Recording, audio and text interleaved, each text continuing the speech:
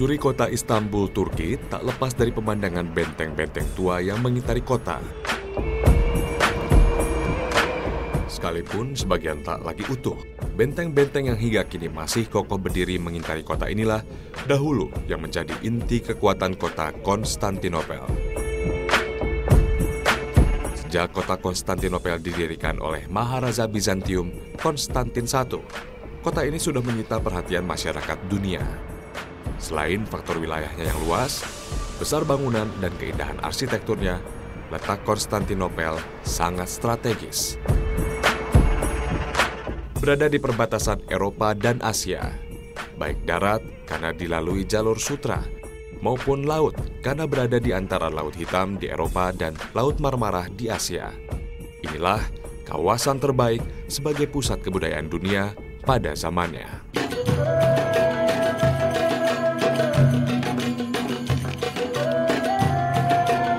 Tak hanya itu, kekokohan benteng Konstantinopel semakin dahsyat karena dikelilingi lautan dari 3 sisi sekaligus. Selat Bosporus, Laut Marmara, dan Golden Horn atau Tanduk Emas. Tanduk emas diperkuat dengan rantai baja besar hingga tidak memungkinkan kapal musuh untuk menerobos masuk. Dari segi kekuatan militer, kota Konstantinopel dianggap sebagai kota paling aman dan terlindungi. Seluruh dunia, bahkan Jazirah Arab pun mengetahui persis akan kekuatan Konstantinopel sebagai ibu kota Romawi Timur. Itu sebabnya amat mencengangkan ketika Rasulullah SAW mengabarkan kepada para umatnya bahwa kota ini kelak akan ditaklukkan kaum muslimin.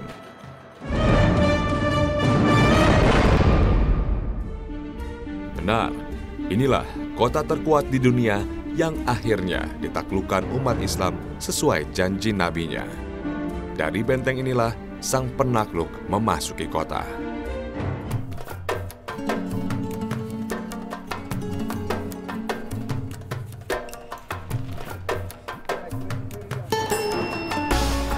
Wah, subhanallah, Kang. Itu dari ujung sana sampai ujung sana, Kang. Membentang sekali ya. Panjang dari Laut banget. Marmara sampai ke Laut Hitam. Kang, ini berarti kita posisinya sudah masuk ke dalam wilayah Konstantinopel, Kang ya? Betul, kita di dalam benteng. Nah, Kang, aku pernah baca nih, Kang, ada cerita sejarah tentang Muhammad Al-Fatih di sini. Apa hubungannya dengan benteng ini, Kang? Mas Bayu, pertanyaan yang membuat saya ingat kepada pesan Rasul. Rasul bersabda dalam sebuah hadis tentang benteng ini. La tuftahannal Konstantiniyah, fala ni'mal amir amiruha, wala ni'mal jaysh dalikal jaysh. La tuftahanna, Konstantinopel pasti akan dikalahkan. La di sana adalah la tauhid. Siapa yang mengalahkannya? Yang mengalahkan adalah seorang raja yang terbaik. Fala ni'mal amir amiruha, raja yang terbaik. Dan raja yang terbaik ini dibantu oleh seorang para tentara yang sangat banyak. Dan tentara itulah tentara pilihan. Fala ni'mal jaysh dalikal jaysh. Dan itu tergambar sekali, terima kasih ya Rasulullah. Hadismu terbukti di sini. Dan ini buktinya. Terbukti bahwa inilah dalailun nubuwah, bukti kenabian Rasulullah. Sabdanya sudah lama, 8 abad yang lalu, terbukti sekarang. Dalam abad setelah Rasulullah meninggal. Siapakah sang penakluk yang disebut Rasulullah SAW sebagai sebaik-baik pemimpin? Ia adalah Muhammad Tsani, atau lebih dikenal dengan Muhammad Al-Fatih, sang penakluk. Lahir tahun 1429 Masehi.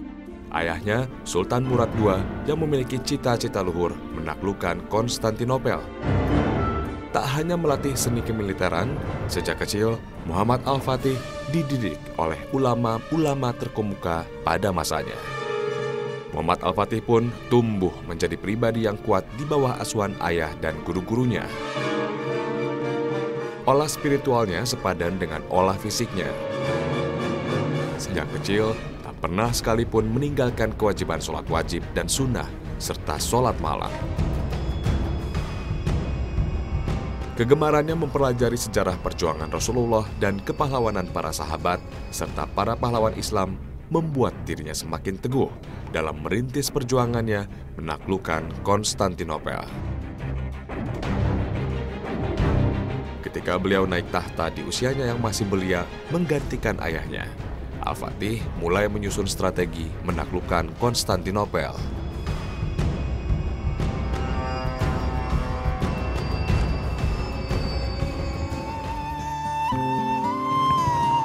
Gila. Kokoh banget Kang bentengnya. Iya. Kang. Kayaknya harus kokoh juga strateginya nih. Oh enggak Kang? Ayo bantu. Mantap. Ya. Wah ini keren ini Kang. Ya. Kita sambil duduk aja. Sebegini kokohnya Kang. Muhammad Al-Fatih waktu itu berhasil melakukan Konstantinopel Kang ya. Ini Kang yang menariknya. Ada pertanyaan, bagaimana beliau menaklukkan Konstantinopel Kang? Izinkan Mas Bayu. Saya ingin mengkupas yang tadi itu. Fala ni'mal amir, amiruha. Wala ni'mal jes, dalikal jes. Raja yang terbaik itu mempersiapkan strategi yang jitu. Semua raja saat itu ya? Ya, yaitu Muhammad Fatih. Itu karena contoh raja yang terbaik. Beliau sawan ke seorang ulama.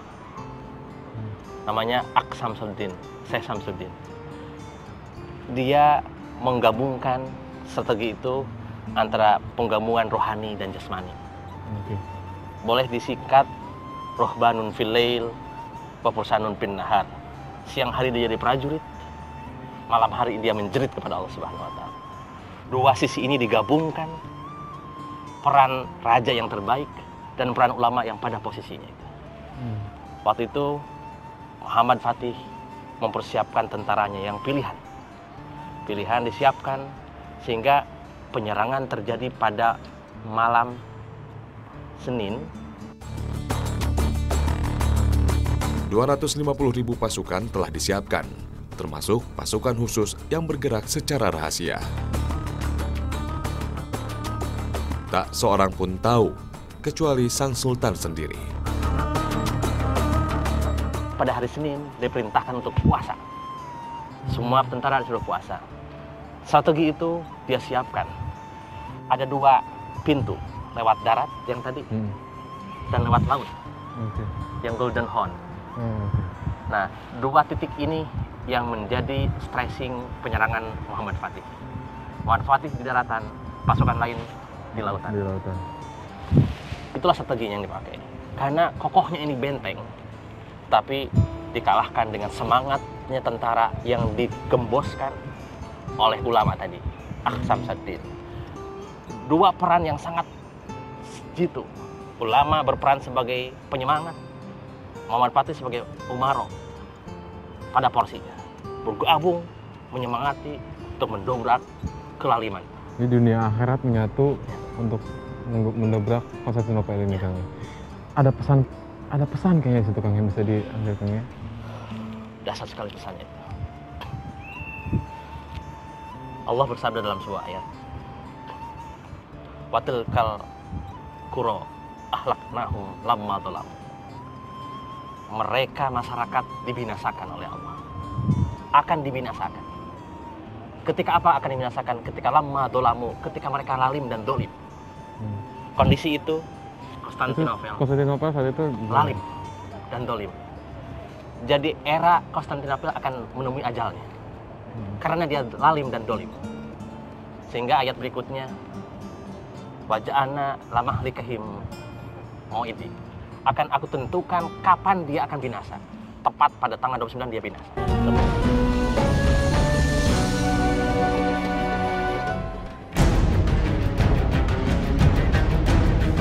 Setelah pertempuran berlangsung selama lebih dari 1 bulan, Muhammad Al-Fatih dan pasukannya berhasil menaklukkan Konstantinopel.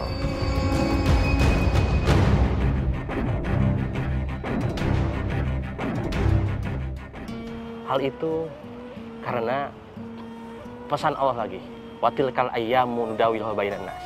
Akan diputar kemenangan akan di tangan seorang muslim dan orang kafir akan ada di bawah. Ini berputar. Ini adalah hukum alam. Berputar. Sekarang Konstantin akan jatuh ke bawah, muslim naik ke atas. Tetapi ini hukum alam, sejarah. Ketika seorang muslim lalim juga, dia akan jatuh ke bawah lagi. Sehingga Muhammad Fatih memperkokohkan dengan sujud syukur ketika menang. Ya Allah, terima kasih anugerah Engkau telah aku dapatkan. Dan aku pingin anugerah ini selalu ada di tangan kami. Untuk selalu bersyukur pada Allah itu berarti ada peran ulama penting di situ Kang. Dasar peran ulama. Karena di sana ulama memposisikan dirinya sebagai ulama. Dia menyemangati sebagai tuturi handayani. Umarok pun memposisikan pada posisinya sebagai amir yang terbaik. Sehingga alangkah indahnya. Kami rindu keharmonian ini hadir di negara kita. Kalau ulama dan umarok bergabung, kemenangan akan ada di Indonesia. Kembalikanlah pada posisinya. Ulama pada posisinya, umarok pada posisinya, dan masyarakat pada posisinya. Karena biar bagaimanapun masyarakat akan bergantung ke ulama. Atiullaha wa atiur rasul wa ulil amri minkum. Taatlah engkau kepada Allah, juga engkau taatlah kepada Rasul. Tapi penyataan Rasul ada di bumi, taatlah ulil amri minkum, umar dan ulama Anda taati. Sehingga Rasul sering selalu mengingatkan kita, al ulama'u warasatul anbiya. Ulama adalah pewaris para nabi. Kami rindu para ulama kembali pada posisi. Kami kehilangan panutan, kami kehilangan tauladan. Semoga tauladan yang dikokohkan oleh Rasulullah sebagai rahmatan lil alamin hadir di sosok-sosok para ulama kita di Indonesia. Ramadan adalah madrasah untuk menampakkan tauladan itu. Sehingga Islam tampil di dunia sebagai rahmatan lil alamin. Penyebar kasih sayang, penyebar perdamaian, bukan penyebar kegontok-gontokan.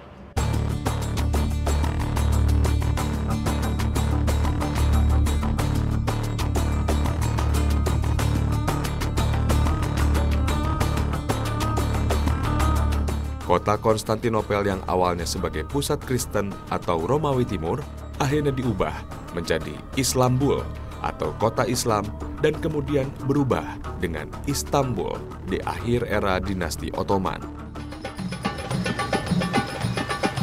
Kawasan yang kini disebut City Wall atau kota benteng kini tetap menjadi daya tarik siapa saja yang datang.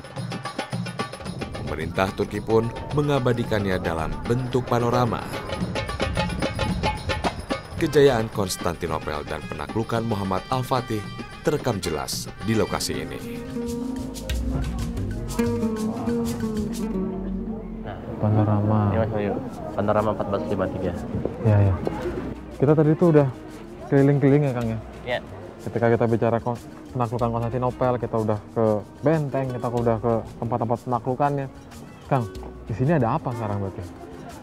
Terima kasih Mas Bayu. Kita sekarang berada di lokasi panorama 1453 Masehi. Inilah tempat di mana Muhammad Fatih menaklukkan Konstantinopel. Sehingga kita kalau toh boleh tahu, sebetulnya kalau mengetahui secara utuh bagaimana gambaran Muhammad Fatih memenangkan pertempuran bersama Konstantinopel, di sini tergambarkan secara utuh di dalamnya.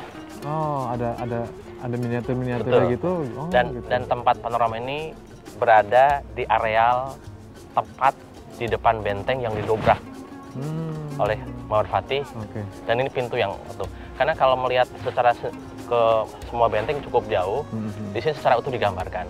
Di dalamnya kemudian di dalam itu kita bisa bicara tentang strateginya bagaimana, perencanaan awalnya bagaimana, serangan umumnya bagaimana, itu tergambarkan secara utuh di dalamnya. Saya jadi nggak sabar nih Kang mau ke dalam Kang. Ya, kita lihat. Aku pengen lihat deh Kang. Boleh. Kita langsung ke sana?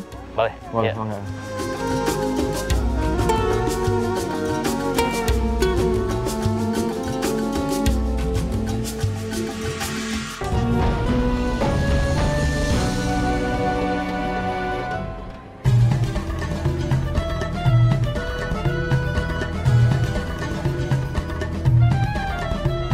Ini Kang.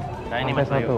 Basement pertama nih. Basement pertama ini ya. Nah, ini kayaknya ayatnya. Ini adalah hadis, bukan ayat. Hadisnya. Oh. Jadi Konstantinopel itu sudah dikenal Iya. pada zaman Rasul. Sampai Rasul mengeluarkan sebuah hadis, la tuftahan al Konstantinia, fala ni'mal amir amiruha, fala ni'mal jaysh dalikal jaysh. Ya. Dari sini nih ya ayat. Konstantinopel akan dikalahkan Hadis di sini. oleh sebaik-baik raja dan oleh sebaik-baik tentara.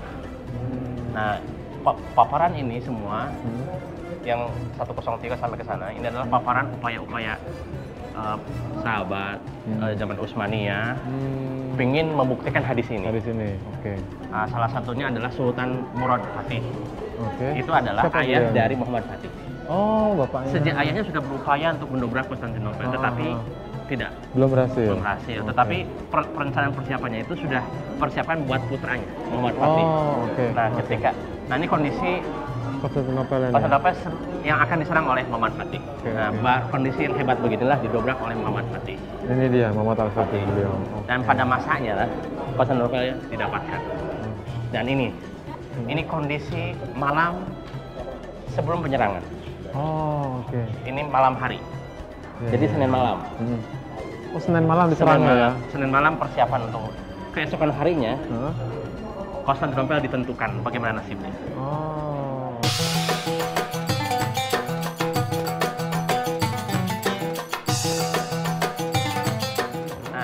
Ini kita di basement 2, Kang ya? Basement 2. Oke. Ini paparan yang sangat detail bagaimana Muhammad Fatih melakukan penyerangan umum. Ini peta gambarannya ini. Ini peta gambaran. Kalau kalkulat kayaknya kita di sini ini Konstantinopel, Kang ya? Ini yang di balik benteng itu di dalam ini Konstantinopel namanya. Oke. Nah, ini peta serangan umum di pagi hari itu. Ini adalah darat. Ini lautan. Nah, ini selat yang Golden Horn itu. Golden Horn. Semua benteng. Dan kokoh bentengnya itu. Tetapi posisi sekarang kita panorama itu kita ada di sini. Kita di sini. Nah, ini awal pendobrakan Muhammad Fatih mendobrak benteng ini. Cuman Muhammad Fatih tetap menggunakan strategi yang sangat hebat. Di daratan dengan pasukan senjata, panah, kemudian kuda dan meriam. Di lautan perahu semua. Ini perahu. Nah, tetapi di lautan dia cukup kewalahan. Oke. Lihat, ini begitu sengit sekali gambaran ketika tentara Muhammad Fatih mendobrak benteng Konstantinopel. Karena kenapa kewalahan? Konstantinopel dapat bantuan dari Eropa. Gitu. Dan itu tidak habis pikir Muhammad Fatih bagaimana mendobrakkan itu. Dia berpikir ada titik lemahnya yang Golden Horn itu. Golden Horn, oke. Nah, di situ keluarlah ide gilanya Muhammad Fatih. Dia angkat perahu, didorong ke gunung. Bayangkan itu ide gilanya Muhammad Fatih. Dan kesengitan ini tergambarkan jelas utuh di panorama.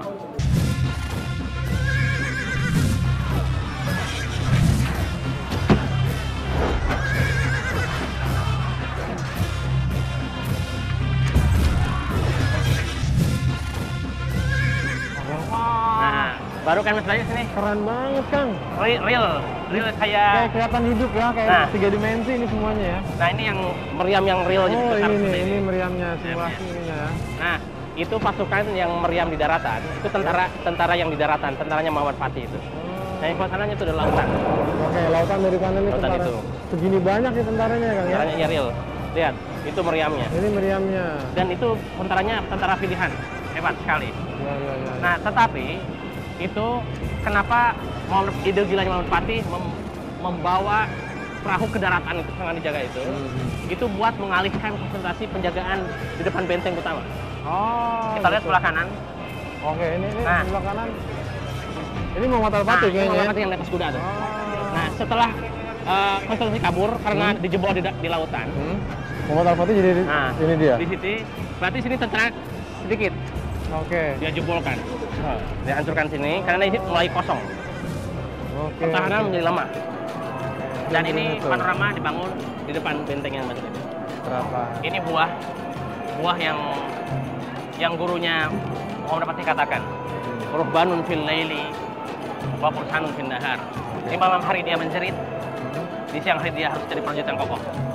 Ini dua sisi digabungkan. Ya. Buahnya adalah kemenangan.